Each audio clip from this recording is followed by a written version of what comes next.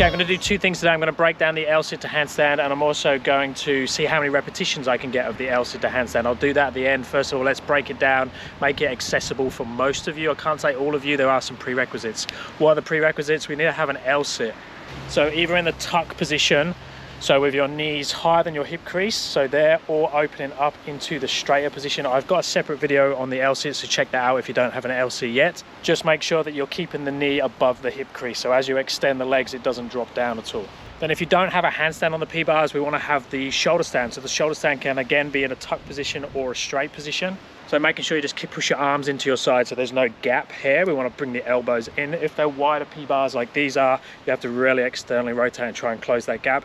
You don't really want to be like this when you're doing it, because you're going to use a lot of energy just trying to keep control. Get the arms into the side, and that also carries over nicely to the rings. So if you're not confident to do a handstand on the P-bars, then do it separately. Do the L-sit to shoulder stand that I'm going to go through in a second, and then just do a handstand on the floor or up against the wall, whichever variation of the handstand you're working on, and then eventually you can tie them all in together. So for the L-sit to shoulder stand, just start in the shoulder stand position, so make sure the arms are into the side, either in the tuck or the straight position, and then just go between the shoulder stand and the L-sit by moving like a seesaw. So as the hips come down, the shoulders come up, and then you end up in your top support position and go all the way through to your L-sit. And then the next progression is to go in the opposite direction, which is slightly harder for most people, and do the L-sit through to the shoulder stand. So again, that seesaw type movement, you can use a little bit of momentum.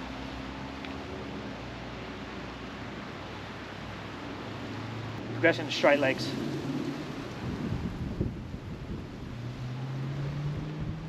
Now obviously you can play around with time under tension. You can do holds in the L-sit, you can do holds in the shoulder stand, you can do slow transitions, you can do faster, more repetitions of the movement. There's lots of ways to play around with the L-sit to shoulder stand, but because we want to take it towards the handstand through to the L-sit, or the L-sit through to the handstand, let's jump in with that now.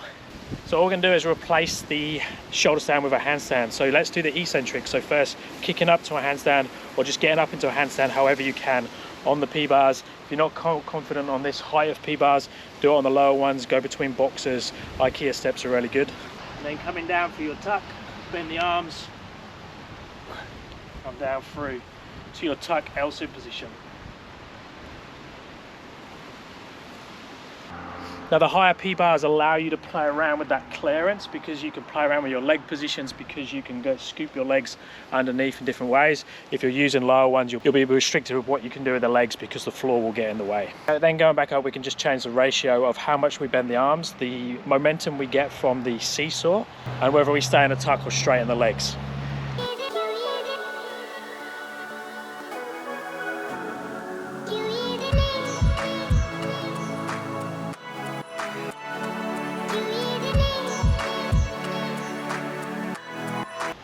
Now obviously if we're only training the eccentric, the prerequisite for that is a eccentric handstand push-up. If we're going to train the up, we really need a concentric handstand push-up. Now we can use a little bit more momentum with this, but if you don't have the control of a concentric handstand push-up, it gets a bit dodgy, it's going to get a bit sketchy trying to catch as you go through. Hopefully the sound's not too bad with this one. My new microphones have run out of battery. I stupidly didn't charge them this morning. Okay, now for my training session, I'm just going to see how many repetitions I can get in a row. Really no rules apart from I want to start in the L-sit, go into a handstand, finish in the L-sit. However I go in and out of it, I'm not too worried about it. It can be quite ugly, but I want the handstand to look clean at the top, the L-sit to look clean and controlled at the bottom. I need to be able to start in the L-sit and finish in the L-sit for it to count as a rep. Let's see how many I can get.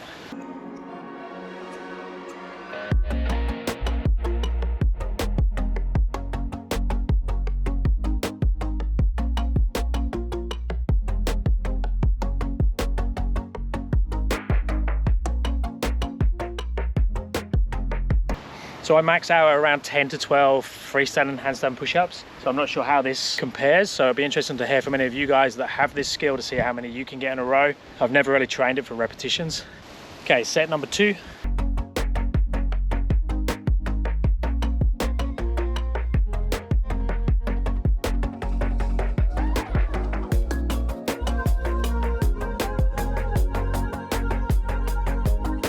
Three again. I tried to use a little bit more momentum that time, but still, that third rep took it out of me, nearly got the fourth.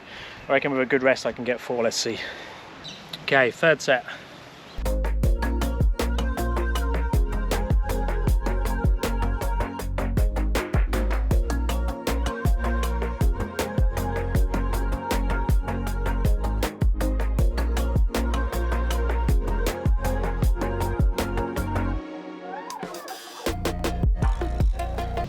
Okay, 4 is definitely my max.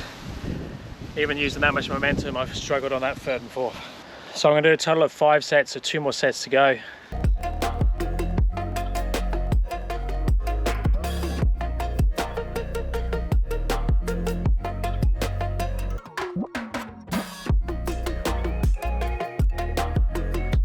Okay, another 3. Okay, one last set before it rains.